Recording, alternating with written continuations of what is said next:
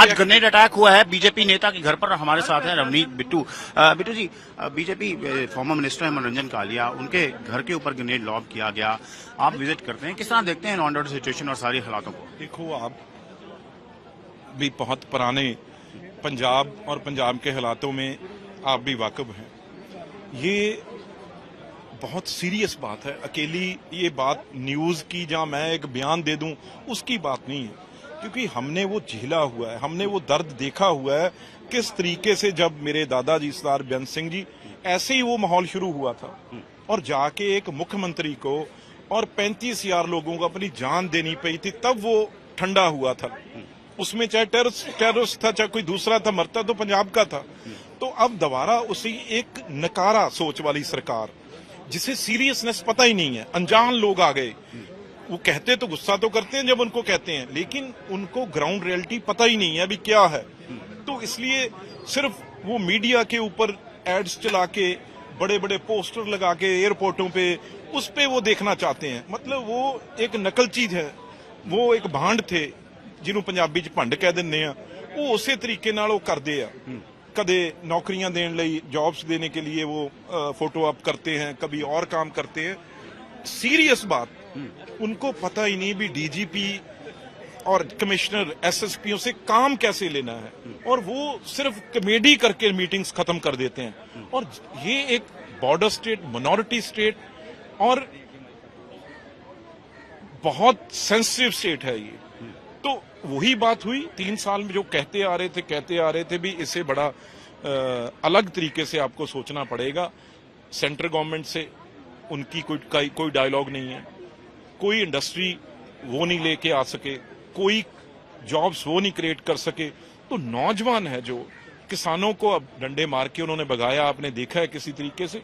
तो नौजवान बिल्कुल डिस्टर्ब हो गया, और बाहर से ऑपरेटर जो बैठे हैं उसे वहां से वो पैसे दिलवा के जब बेरोजगारी है उनसे काम लेने लग गए। हाँ जी बिट्टू जी, पहले पंजाब पुलिस के पुलिस स्टेशन पे अटैक हुए, चौकियों पे हुए, अब ये हो गया।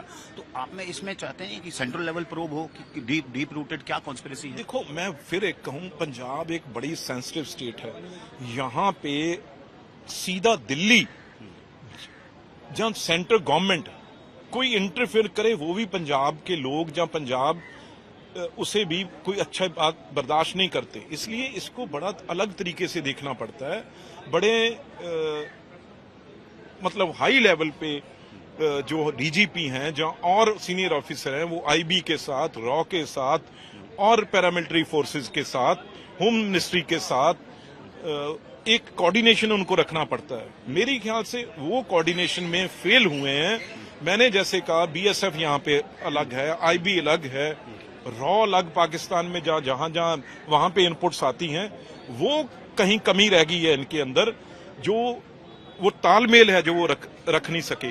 क्योंकि एक मुख्यमंत्री जो भगवंत मान है, वो एक रखना भी चाहे, लेकिन केजरीवाल और सिसोदिया उनको वो कोऑर्डिनेशन रखने नहीं देते। तो वो ब्रेकअप, क्योंकि बॉर्डर स्टेट है, वो चीजें टूट जाती हैं। जो अगर मैं सच बात को बोलूं तो जिसमें ये फेलियर हो रहा है, ये आज हाईएस्ट एक सबसे बड़े लीडर हैं जिनके घर, वो भी हिंदू लीडर देख के उन्होंने ये अटैक किया है। कुछ दिन पहले उन्होंने यहाँ पे, जहां अंबेडकर साहब था, स्टैचू था, तो 14 को उनका पवित्र दिहाड़ा भी आने वाला है, उसके ऊपर भी धमकियां दी गई हैं। ये कहीं ना कहीं बहुत सोची समझी डीप रूटेड कॉन्स्पिरेसी है। तो ये यूनियन मिनिस्टर ऑफ स्टेट जो कि जलंधर पहुंचे थे, उन्होंने कैटेगोरिकली कहा कि ये एक डीप रूटेड कॉन्स्पिरेसी है, जिसके तहत यहाँ पर मनोरंजन गालिया के घर पे अटैक किया गया है, ग्रेनेड लॉब किया गया, और एक सीरियस प्रोब की जरूरत है। उन्होंने क्वेश्चन मार्क उठाया भी किस तरह जो पंजाब में जो लॉ एंड ऑर्डर है वो लैकलस्टर है। जलंधर से कैमरा पर्सन गिरीश के साथ असीम बसी, आज तक।